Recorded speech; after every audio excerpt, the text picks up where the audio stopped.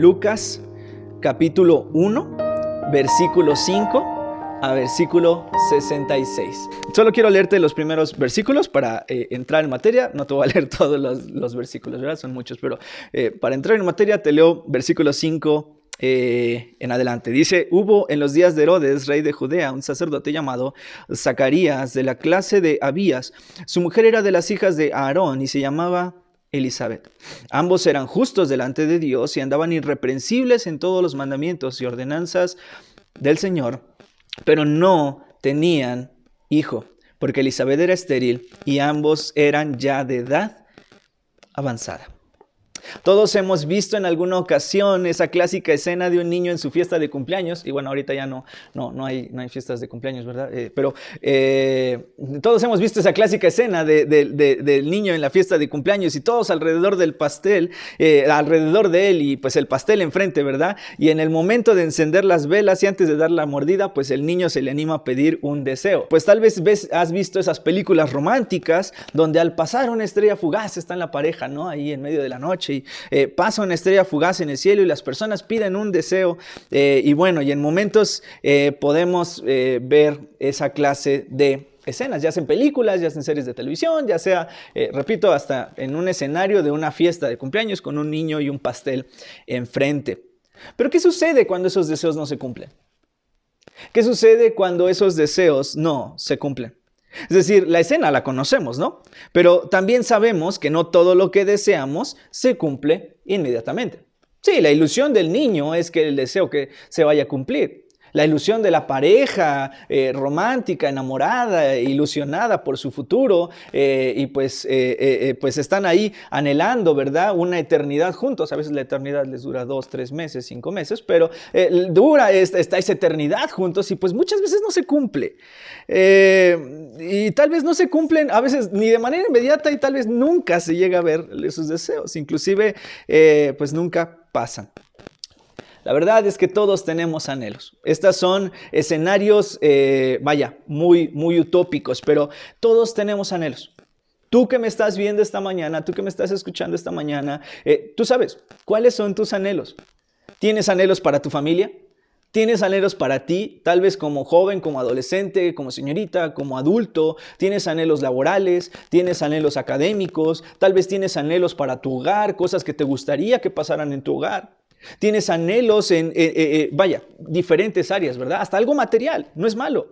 El poder pensar y anhelar, ¿sabes qué? Me gustaría cambiar el refri, me gustaría cambiar la estufa, me gustaría cambiar el coche porque ya le anda sonando esto. Me gustaría, tener una casa bonita cuando crezca y pueda pagarla.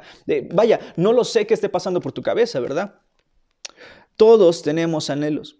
Cosas que esperamos que sucedan a lo largo de nuestra vida y por las cuales nos esforzamos. Que puedas pagar por completo esa tarjeta y ese crédito que ahí tenías, que se te ha hecho eterno el poder pagar.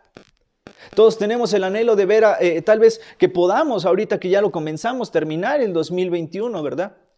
Y tal vez pides por la salud de una persona muy cercana a ti y que puedas ver a Dios obrando en la vida y la salud o la vida espiritual de alguno de tus hijos. De hecho, muchos de los que nos dicen, mucho de lo que nos dicen desde pequeños es que trabajemos, estudiemos, nos esforcemos y que hagamos las cosas para que logremos obtener aquello que más deseamos en nuestras vidas. Sin embargo, a pesar del trabajo, estudio, esfuerzo y dedicación, muchas veces esos deseos no se cumplen. Y cuando se supone que habíamos cumplido con todas las reglas de la vida que tenía que seguir y al parecer las cosas no suceden como esperaba, es ahí donde surge la decepción. Seguí las reglas de la vida que me enseñaron desde chiquito y lo que deseo no llega. Ahora, peor tantito, como lo vamos a ver en un momento más, sigues las reglas de la vida cristiana, si lo quieres ver así, y sigues ese reglamento de la vida cristiana que me dijeron en la iglesia, que si lo hacía me iba a ir bonito, o por lo menos iba a estar más en paz mi vida, y parece que no sucede así, llega la decepción. Poder disfrutar de las bendiciones, los resultados y los efectos que tiene el vivir una vida cristiana y que no lleguen en ocasiones puede ser muy frustrante. Más aún cuando en medio de la decepción luchamos con aspectos como la desesperación, como la envidia, como los celos, como otras emociones de este tipo. Entonces, la pregunta que nos hacemos es, ¿qué es lo que Dios está haciendo conmigo cuando no veo los resultados de la vida cristiana? ¿Qué es lo que Dios está haciendo conmigo cuando no veo los resultados de la vida cristiana? Es decir, ¿puedo confiar en Dios a pesar de no ver las evidencias inmediatas de servir a Dios? ¿Puedo confiar en Dios a pesar de no ver las evidencias inmediatas del servicio a Dios? ¿Y cómo actuar? ¿Cómo responder? ¿Cómo pensar mientras lucho con mis desesperaciones? Bueno, estas son algunas de las preguntas que quisiéramos responder a través de este pasaje. ¿Cómo debo actuar y cómo debo pensar mientras lucho con mis desesperaciones? ¿Sale? Queremos responder algunas de estas preguntas esta mañana. Así que la verdad que queremos aprender este día a través de estos 61 versículos, a través de estos versículos queremos aprender esta verdad porque Dios conoce tus anhelos más profundos. Tú debes esperar con gozo mientras disfrutas sirviendo a Dios. Porque Dios conoce tus anhelos más profundos. Tú debes esperar con gozo mientras disfrutas sirviendo a Dios. ¿Sale? Ahora, ¿qué es lo primero que debemos notar en este pasaje? Vamos a los primeros versículos, sobre todo en la sección de versículo 5 a versículo 7, ¿sale? Número 1 esta mañana, porque Dios conoce tus anhelos más profundos, tú debes disfrutar de tu servicio a Dios. No solamente tú debes esperar con gozo mientras disfrutas sirviendo a Dios, que es la proposición general de esta mañana, sino que porque Dios conoce tus anhelos más profundos, número 1, tú debes disfrutar de tu servicio a Dios. Tú debes disfrutar de tu servicio a Dios. Vamos a leer el pasaje, ya te lo leí hace ratito, vamos a leerlo una vez más. Dice el pasaje: hubo en los días de Herodes, rey de Judea, un sacerdote llamado Zacarías, de la clase de Abías. Su mujer era de las hijas de Aarón y se llamaba Elisabet. Ambos eran justos delante de Dios y andaban irreprensibles en todos los mandamientos y ordenanzas del Señor. Hasta ahí. Elisabet no era una mujer cualquiera. Aunque este pasaje sí habla de Zacarías, y de hecho, pues si tú tienes el tiempo ya después de ver la sección de 67 al final del capítulo, te darás cuenta que sí, pues está hablando por ahí de Zacarías y se menciona a su esposo. Pero realmente mucho de esta sección, de estos versículos, de estos 60 y tantos versículos, se enfocan en la vida de Elisabet. Así que es de ella de quien te quiero hablar un poquito esta mañana. Elisabet no era una mujer cualquiera. Aunque podemos pensar, pues es una de las muchas mujeres que hicieron algo por Dios y que están mencionadas en la Biblia, pues la verdad es que no era una mujer cualquiera. De hecho, el pasaje registra en versículo 5 que era esposa de un sacerdote. Y no solo era esposa de un sacerdote, sino que era hija de los hijos de Aarón. Entonces, quiero que notes estas dos características. De entrada, esto es importantísimo para la historia que nos va a narrar que Lucas nos va a narrar en esta sección. Dos características esenciales, si puedes apuntarlas por ahí, van a ser excelentes para que entiendas el impacto de lo que va a suceder a continuación. Ella era esposa de un sacerdote y no solo era esposa de un sacerdote, sino que la ascendencia de Elisabet venía desde el linaje del sacerdocio de Aarón, ¿ok? De los hijos de Aarón. Ella pertenecía a un rol de vida de sacerdocio en su máxima expresión. Si quisieras plantar la idea de cómo se vería el escenario de una familia cristiana, no familia cristiana, pero una familia judía hebrea que sirviera a Dios, así como que en los grados más altos, este es uno de ellos. Porque ella es esposa de sacerdote y aparte su familia, todos los que vienen de su ascendencia, toda su familia, ¿qué crees que habían sido? Sacerdotes también. Entonces ella está envuelta por, vamos a decir hoy, contexto hoy, ella está envuelta por Biblia, pero por todos lados, ¿ok? A ella le enseñaron Biblia desde chiquita, desde que nació. Ella pertenecía a un rol de vida de sacerdocio en su máxima expresión. No era una mujer alejada de Dios, ¿sí? No era una mujer que fuera, pues un poquito conocía de Dios como cualquier hebrea del tiempo, como cualquier judía de su tiempo. No. O ella no era una mujer que medio conocía las costumbres judío-hebreas o que su vida espiritual se resumiera en un contacto con Dios unos cuantos días al mes o al año, como era costumbre entre muchas de las mujeres de entre el pueblo. De ir a la sinagoga de vez en cuando o de cuando tenía que ir a hacer sus sacrificios. No. Obviamente Elizabeth no servía ni ejercía el puesto de sacerdocio. Ahora, quiero aclarar esto, ¿sí? El puesto de sacerdocio era específicamente de los hombres.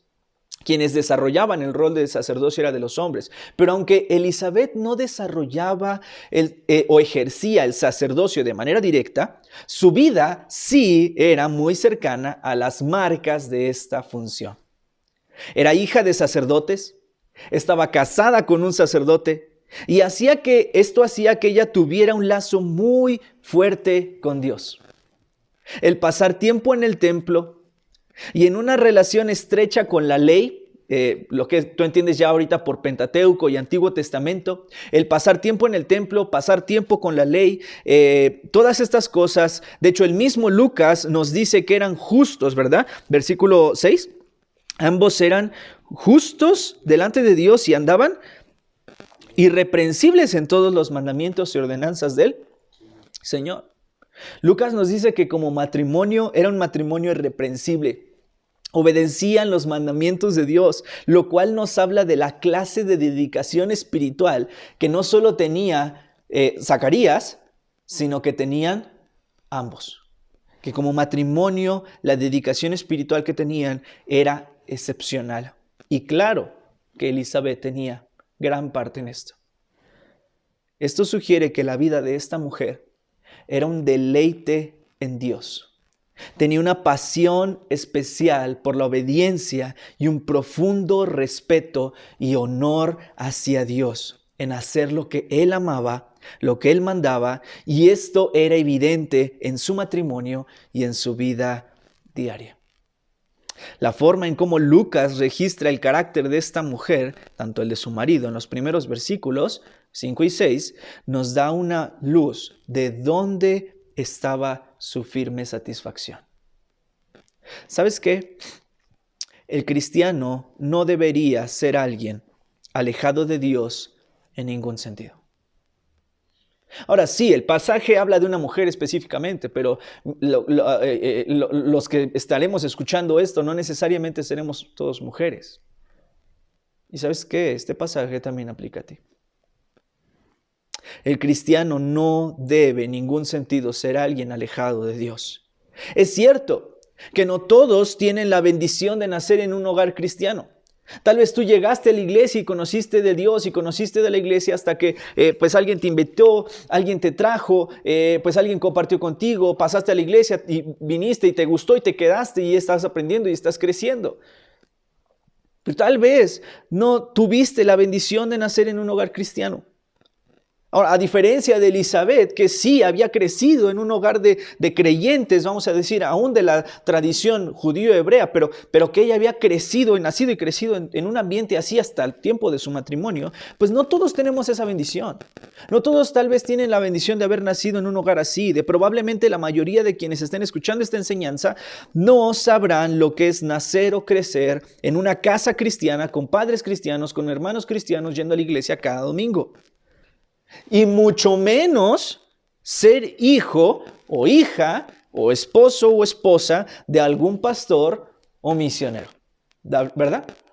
Entonces, probablemente tú que me estás escuchando, pues no vas a tener esa clase de experiencia de haber sido hijo o hija de un pastor o de un misionero, o esposo o esposa de un pastor o esposa de un pastor o de un misionero. Sin embargo, Dios te escogió. Y esto es lo que sí quiero que entiendas. Que aunque no hayas tenido o no tengas esa clase de bendiciones o no las tuviste de pequeño, no significa que no tengas tú por qué honrar a Dios de la manera en que lo estaba haciendo Elizabeth. Dios te escogió y te hizo parte de su pueblo y por ende tu corazón debe estar arraigado al placer de servir a Dios, a obedecer sus mandamientos, a desarrollar una vida en integridad, a desarrollar una vida en irreprensibilidad ante Dios y ante los hombres. Tenemos esta labor. ¿Te acuerdas de Gálatas 4? Porque el Cristo te hizo libre y a través de Cristo el Padre te adoptó, te llamó hijo suyo y te puso su espíritu en ti que clama Abba, Padre. Por lo tanto, ya no somos esclavos, sino ahora somos herederos con Cristo. Somos herederos de Dios y coherederos con Cristo. Esto es Gálatas 4. Y si entiendes que ahora eres hijo de Dios, entonces vas a entender que Gálatas 5 al 6, ¿te acuerdas de la lucha que tenemos? Ahora vas a entender que debes luchar y tú no debes de estar cediendo a las obras de la carne, porque tu carne va a luchar contra tu espíritu y se oponen entre sí y la carne te va a decir que tú cedas a sus obras que son adulterio, fornicación, inmundicia, lascivia, idolatría. No, pero tú tienes que seguir las obras del espíritu que son amor, gozo, paz, paciencia, benignidad, bondad, fe, mansedumbre, templanza, ¿verdad? Porque entendiste que en capítulo 4 tú ahora eres hijo de Dios y puso su espíritu que clama en ti, Abba, Padre. Tal vez no tienes el mejor hogar. Tal vez no tienes el mejor hogar. Tal vez no tienes el mejor matrimonio. Tal vez no tienes ni el esposo más espiritual que se pare a orar por las mañanas y que se pare a leer su Biblia y que te trate con la dignidad y el honor que Primera de Pedro capítulo 3 versículos 1 al 4 dice. Versículo 7, perdón. Dice, tal vez no tienes la esposa más espiritual. Que se sujete como Efesios capítulo 2 dice, capítulo 5 dice, perdón. Pero ¿sabes qué sí tienes? Sí tienes el conocimiento de la verdad del Evangelio. Y porque tienes el conocimiento de la verdad del Evangelio y tienes la seguridad de saber que eres conocido por Dios, tú no debes limitar tu vida espiritual a un día o 2 a la semana y esperar que las otras personas amen a Dios para que entonces tú lo hagas y para que ellos actúen de una manera espiritual para que entonces tú lo hagas y para que tus padres se comporten de una manera para que entonces tú lo hagas. No, porque Dios te ha amado a ti, porque te ha escogido a ti. Porque a ti fue a quien te llamó su Hijo y en ti puso su Espíritu que clama, Abba, Padre, y te hizo heredero de Dios y coheredero con Cristo. Y porque eres conocido y conocida por Él, no limites tu vida espiritual a lo que otros hagan o dejen de hacer, ni limites tu vida espiritual a 1 o 2 días por semana, al día jueves o al día domingo, sino vive una vida en entrega fiel, consistente y consciente para Dios todos los días de tu vida. Porque Dios está trabajando contigo. Antes de ver lo que está pasando con Elizabeth, quiero que entiendas cuál era el corazón tanto de Zacarías como de Elizabeth. Y que entiendas estas verdades. Ahora, número 2. Qué curioso. Primer número, solamente fueron 2 versículos de los 61 que tenemos que ver, ¿sale? Pero número 2, rápidamente. Número 2 esta mañana. Porque Dios conoce tus anhelos más profundos. Tú debes descansar en su soberanía mientras luchas con tu desesperación. Tú debes descansar en su soberanía mientras luchas con tu desesperación. Porque Dios conoce tus anhelos más profundos. Tú debes descansar en su soberanía mientras luchas con tu desesperación. Versículos 7 en adelante. Pero no tenían hijo, porque Elizabeth era estéril y ambos eran ya de edad avanzada. Aconteció que ejerciendo Zacarías el sacerdocio delante de Dios, Según el orden de su clase, conforme a la costumbre del sacerdocio, le tocó en suerte ofrecer el incienso, entrando en el santuario del Señor. Y toda la multitud del pueblo estaba afuera orando a la hora del incienso. Y se le apareció el ángel del Señor puesto en pie a la derecha del altar del incienso, y se turbó Zacarías al verle, y le sobrecogió temor. Pero el ángel le dijo: Zacarías, no temas, porque tu oración ha sido oída, y tu mujer Elizabeth te dará a luz un hijo, y llamarás su nombre Juan. Y tendrás gozo y alegría, y muchos se regocijarán de su nacimiento, porque será grande delante de Dios. No beberá vino ni sidra, y será lleno del Espíritu Santo, aún desde el vientre de su madre, y hará que muchos de los hijos de Israel se conviertan al Señor Dios de ellos. E irá delante de él con el espíritu y el poder de Elías, para hacer volver los corazones de los padres a los hijos y de los rebeldes a la prudencia de los justos, para preparar al Señor un pueblo bien dispuesto. Este punto, el segundo punto que vamos a ver, va sumamente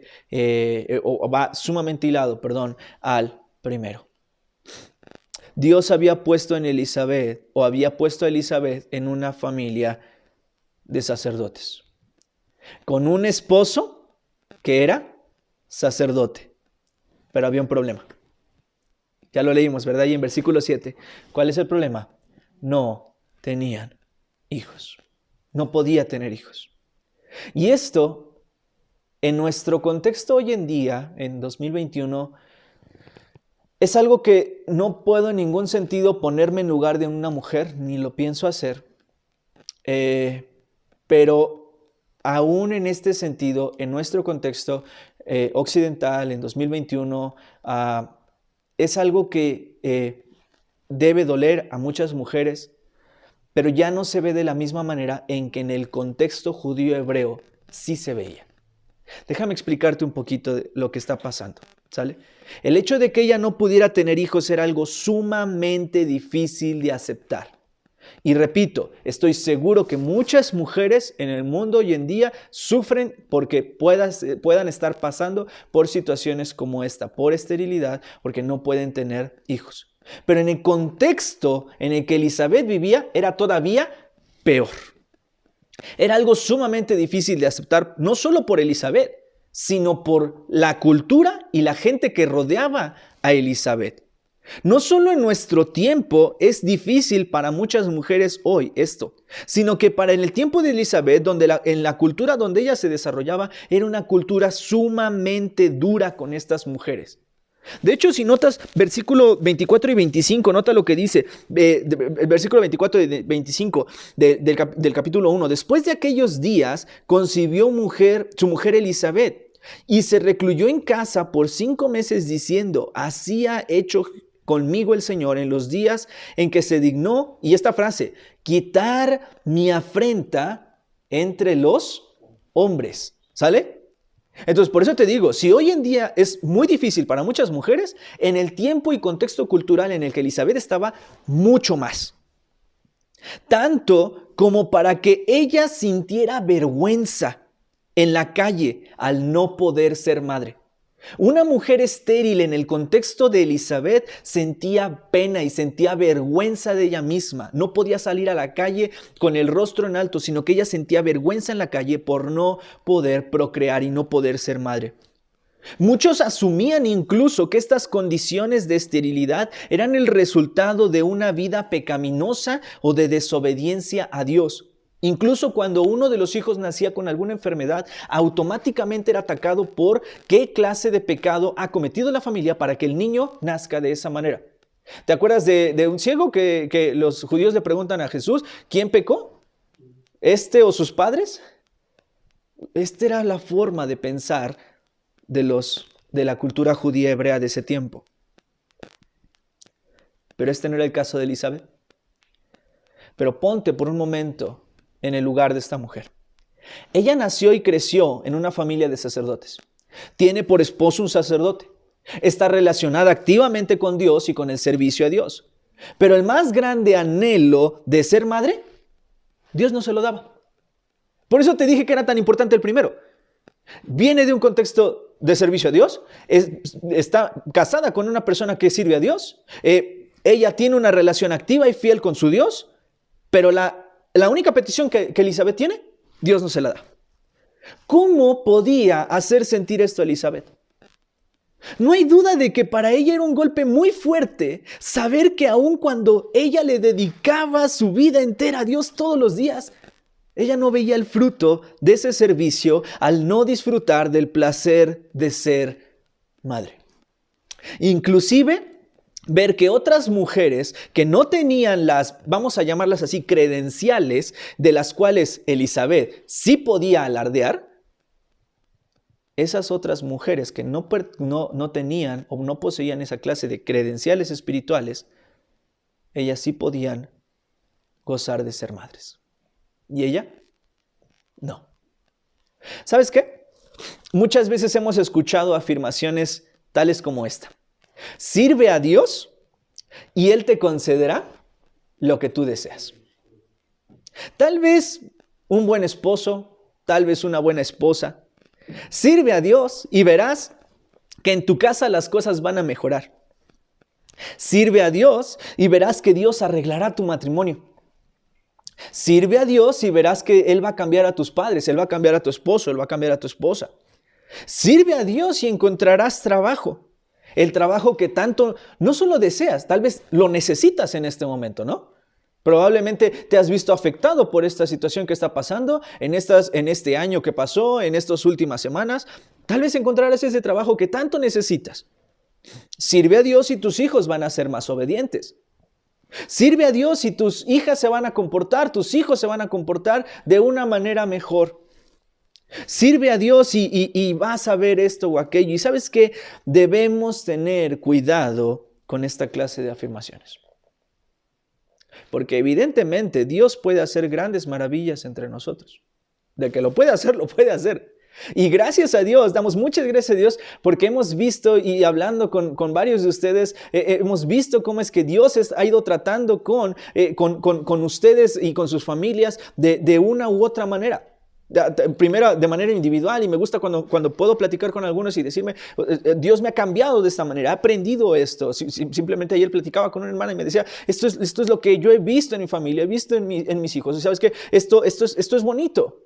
Me da gusto ver que podemos dar gracias a Dios porque ha habido el resultado de vivir para Dios en sus vidas. Pero la pregunta que queremos hacer esta mañana es, ¿qué si no vemos esas cosas que tanto anhelamos a pesar de servir a Dios todos los días? De obedecerle, de vivir una vida piadosa. ¿Cómo saber que vale la pena servir a Dios cuando el hijo en mi vientre viene con una enfermedad congénita? ¿Cómo saber que vale la pena servir a Dios cuando la enfermedad llega a mi hogar, cuando COVID llega a mi hogar? Cuando los recursos se acaban y no parece ser que la quincena alcance.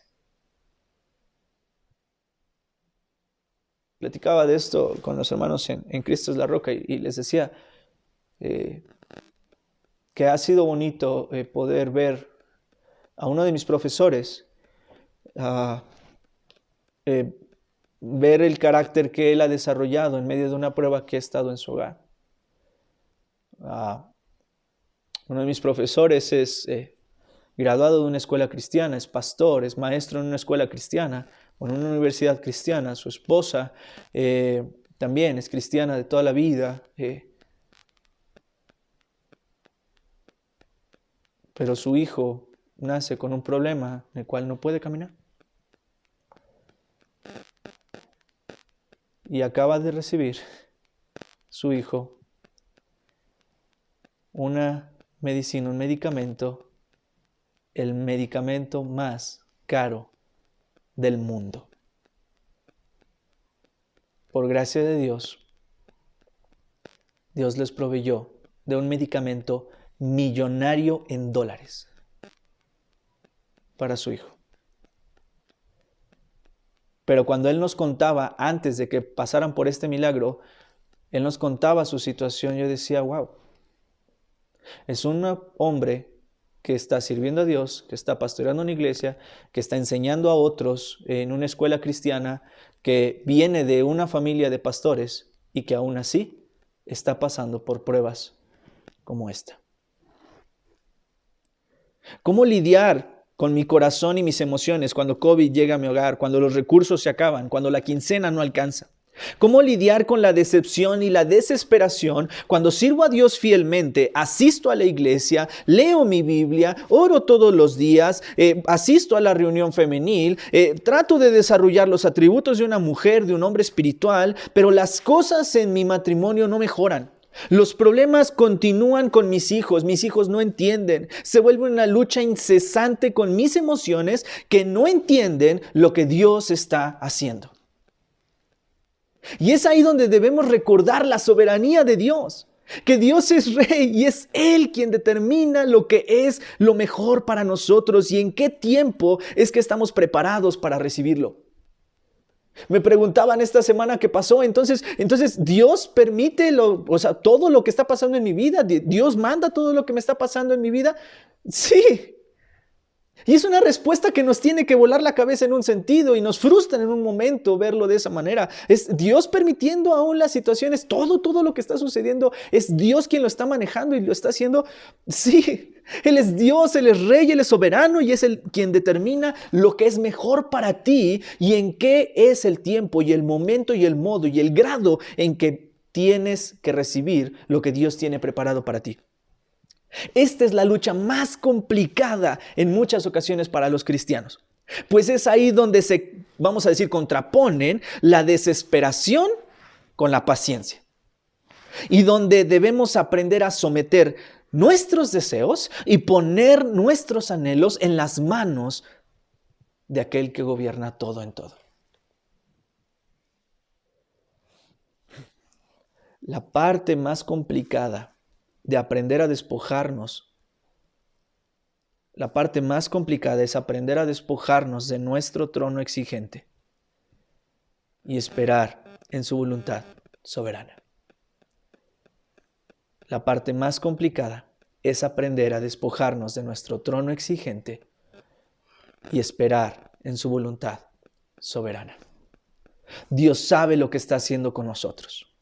Es por ello que el punto 1 de entender, el punto 1 es tan importante. Debemos entender que nuestro servicio a Dios no debe estar arraigado en nuestros deseos, sino en su persona. Y si diriges tu servicio a Dios en vista del cumplimiento de tus anhelos, por muy buenos y piadosos que estos sean, no disfrutarás nunca del placer de quién es Dios.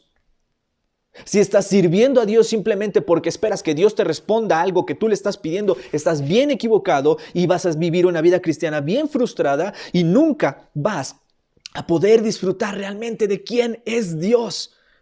Estarás solo a la triste expectativa del cumplimiento de tus exigencias, cuando la realidad es que deberíamos de despojarnos de nuestro trono exigente y esperar en su voluntad soberana. Así que número 3, y terminamos esta mañana. Porque Dios conoce tus anhelos más profundos, tú debes deleitarte en cómo y para qué Dios quiere usarte. Tú debes deleitarte en cómo y para qué Dios quiere usarte. Nota lo que está pasando. Sobre todo ya en la sección de 24, la pasaje que leímos allá al final. Después de aquellos días concibió su mujer Elizabeth y se recluyó en su casa por 5 meses, diciendo: así ha hecho conmigo el Señor en los días en que se dignó quitar mi afrenta entre los hombres. Dios dio gracia a Elizabeth y ella concibió al hijo que el ángel Gabriel había anunciado a su esposo Zacarías. Y aunque Zacarías en su momento no creyó, lo puedes leer ahí en la sección de versículos 18 al 23. Puedes leer eso en la sección de versículos 18 al 23. Zacarías no creyó al ángel en ese momento, lo que le había anunciado. El cumplimiento sí se llevó a cabo. Sí se llevó a cabo. Nota lo que dice versículo 57. Vamos a avanzar ya mucho ahí en la sección. Tenemos una visita de María. Vamos a omitir esa parte y vamos a ir otra vez al nacimiento de este niño, ¿verdad? 57. Cuando a Elizabeth se le cumplió el tiempo de su alumbramiento, dio a luz un hijo. Y cuando leyeron los vecinos y los parientes que Dios había engrandecido para con ella su misericordia, se regocijaron con ella. Aconteció que al 8º día vinieron para circuncidar al niño y le llamaban con el nombre de su padre, Zacarías. Pero respondió su madre y dijo, no, se llamará Juan. Se llamará Juan. Y le dijeron, ¿por qué? No hay nadie en tu parentela que se llame con ese nombre. Entonces preguntaron por señas a su padre cómo le quería llamar. Y pidiendo una tablilla escribió diciendo, Juan es su nombre. Y todos se maravillaron. Al momento fue abierta su boca y suelta su lengua y habló bendiciendo a Dios. Y se llenaron de temor todos sus vecinos.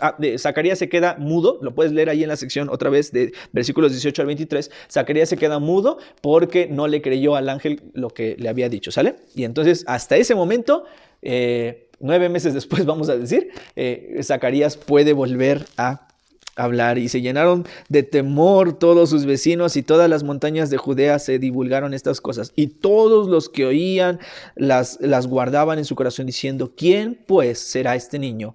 Y la mano del Señor estaba con él. El hijo de esta mujer sería quien Dios usaría para preparar el camino para Cristo. Juan el Bautista. No el del Evangelio de Juan, ese es otro, ese es el apóstol Juan.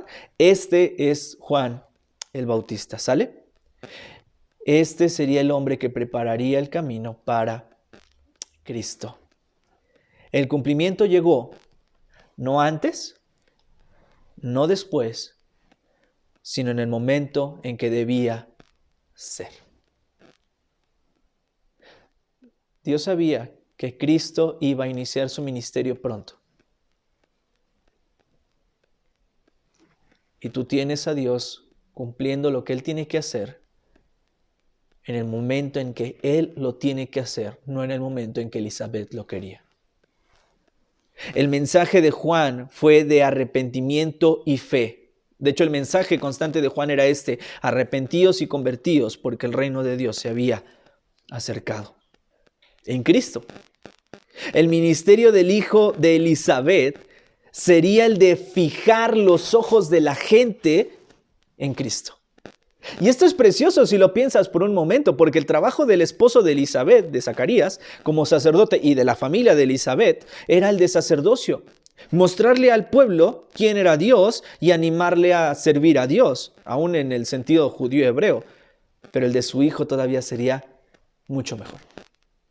Era que él iba a preparar el camino y señalar al Dios eterno encarnado en Cristo, al reino de Dios que había venido en Cristo. Mi hermano, Dios sabe en qué tiempo y en qué momento estamos preparados para recibir esas respuestas a esas oraciones fervientes que hemos hecho. Dios sabe en qué momento estás preparado para recibir esas respuestas a las oraciones fervientes que tanto has hecho. A esas noches que no has podido dormir porque estás derramando tu vida ante Dios en oración. Confía en Dios. Él es bueno. Él es bueno, y aunque no tiene la obligación en ningún sentido, y por eso puse tanto énfasis en lo primero y en lo segundo, Él no tiene la obligación en ningún sentido ni la responsabilidad de atender a nuestras oraciones. A diferencia de muchos otros tipos de creyentes que parece que exigen a Dios cosas y estas clases de declaraciones, sabes que esto no es bíblico. Dios no tiene la responsabilidad, no tiene la obligación ninguna de atender a nuestras oraciones y de atender a nuestros caprichos y nuestros deseos. Pero sabes que a pesar de que Él no tiene la obligación ni la responsabilidad de hacerlo, Él en su bondad y su misericordia lo hace.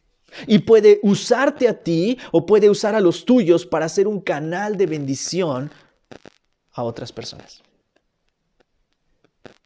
Y Dios responde muchas veces.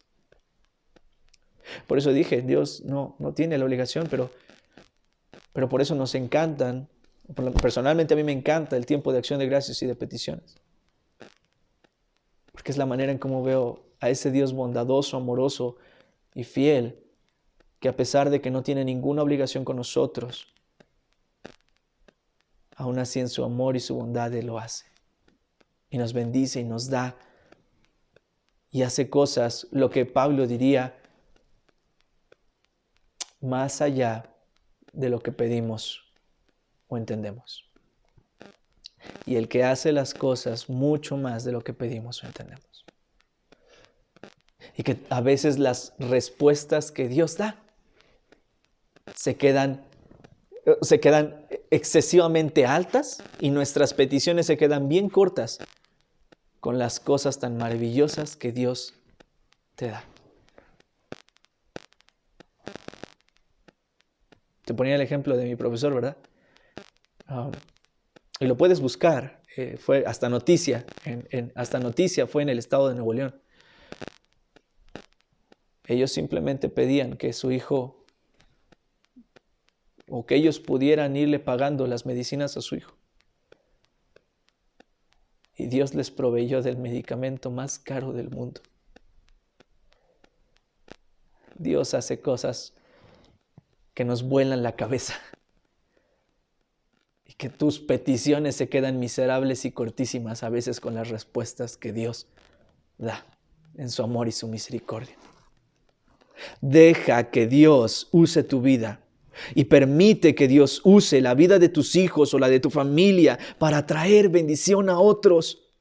No tienes idea del impacto que puedes tener, no tienes ni idea del impacto que puede tener tu vida y hasta dónde pueda trascender mientras es puesta y usada por la gracia de Dios y para la gloria de Dios. No tienes ni idea de hasta dónde puedas llegar. Permite que tu vida sea un instrumento para su gloria en sus manos. Y esto se lo compartí a alguien en consejería hace unas semanas atrás y le decía, ¿sabes qué? Doy muchas gracias a Dios porque el día que yo me quité del trono y le dejé el control de mi vida, ese día hizo cosas, Dios me ha permitido ver en mi vida cosas que tal vez nunca hubiera experimentado jamás si hubiera estado en otro contexto. Yo es lo que quiero que tú aprendas. Tal vez Dios quiere hacer algo grandioso con tu vida y precioso con tu vida y con los tuyos y tu descendencia, cosas que ni te imaginas que pudieras ver y disfrutar. Siempre que tu vida esté puesta y usada por la gracia de Dios y para la gloria de Dios, permite que tu vida sea un instrumento para su gloria en sus manos y disfruta de ser bendición mientras esperas pacientemente por la bendición. Quizá esto es importante. Disfruta de ser bendición mientras esperas pacientemente por la bendición.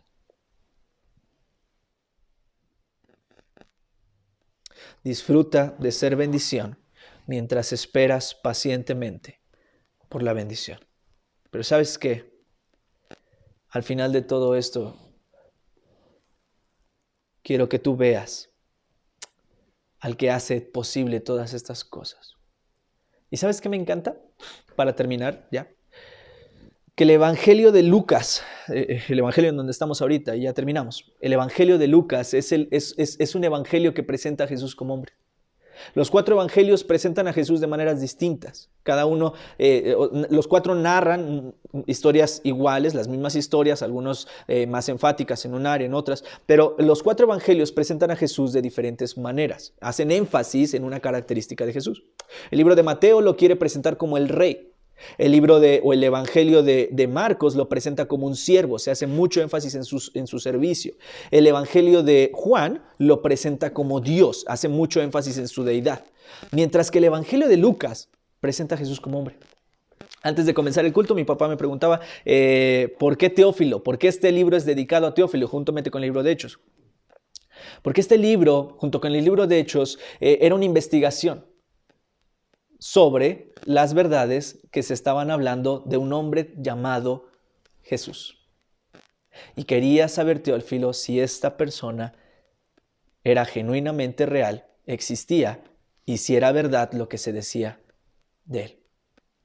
Y por eso es que Lucas presenta a Cristo como un hombre. Pero esto va más allá. Aunque Cristo es presentado como un hombre en el Evangelio de Lucas, hay alguien aquí, y este es el Cristo que entiende lo que un hombre y una mujer siente y anhela, y ese es Cristo. Ese es el punto. ¿Cómo comenzamos esto? ¿Cómo comenzó el sermón en esta mañana? Con una mujer que tiene un deseo, que tiene un anhelo, ¿verdad? Este es el punto. Si hay alguien que entiende lo que un hombre o una mujer carnalmente anhela, siente o desea, es Cristo. Porque Cristo sí fue rey, sí fue siervo, sí fue Dios, pero ¿qué crees? Sí fue hombre.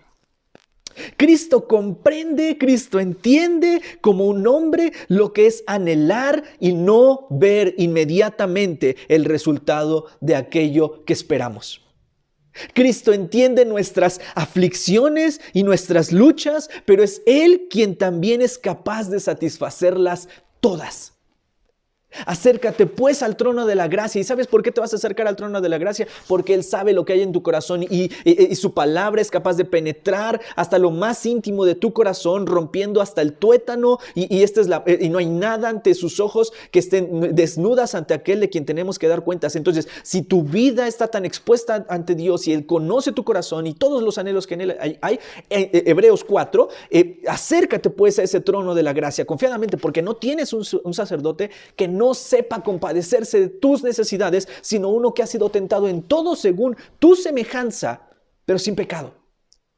Acércate a su trono de gracia, porque su gracia y su misericordia es suficiente para el día en que más la necesitas. Cristo entiende tus aflicciones, tus luchas, pero es Él quien también es capaz de satisfacerlas todas. Y Colosenses dice, y tú estás completo en Él. De quitar nuestros ojos de nuestras insatisfacciones. Él es capaz de satisfacer tu corazón, de llenar el vacío que hay y que no lo va a llenar ni hijos, ni esposo, ni esposa, ni un matrimonio perfecto, ni una salida a cenar, ni un novio perfecto, ni un trabajo perfecto, ni una escuela perfecta, ni un título colgado en tu pared, ni dinero de sobra en tu tarjeta de débito o de crédito. Él hace que quitemos nuestros ojos de nuestras insatisfacciones, de nuestros deseos, de nuestros anhelos más profundos, y al ponerlas en sus manos, somos llenos de Cristo. Somos llenos de su gracia, y tenerlo a Él es suficiente. Porque Dios conoce tus anhelos más profundos. Tú debes esperar con gozo mientras disfrutas sirviendo a Dios. Vamos a orar. Padre, gracias por esta mañana. Gracias, Señor, por tu palabra y gracias, Dios, por lo que hemos aprendido a través de ella. Y gracias, Señor, porque no solo vemos a una Elizabeth sirviendo y amándote y siéndote fiel, aun cuando sus peticiones más íntimas no eran respondidas o contestadas de manera inmediata. Enséñanos, Señor, a servirte y amarte por quien eres y no por lo que tú puedes darnos. A serte fieles, Señor, a honrarte, a tener una intimidad contigo, aun a pesar de que las cosas que más anhelamos no siempre las veamos de manera inmediata o instantánea. Enséñanos, Señor, que nuestra vida debe estar centrada en el dador de la vida. Y oro, Señor, porque podamos disfrutar de ti y que aun cuando tú no tienes la obligación de darnos, en tu misericordia y tu benignidad nos das muchas cosas, Señor. Como Pablo lo diría, mucho más abundante de lo que pedimos o entendemos y que a veces hemos orado y que cuando realmente nos ponemos en tus manos vemos las respuestas de una manera inimaginable y que a veces mi petición se quedó miserable y cortita a la luz de lo que tú tenías preparado para mí.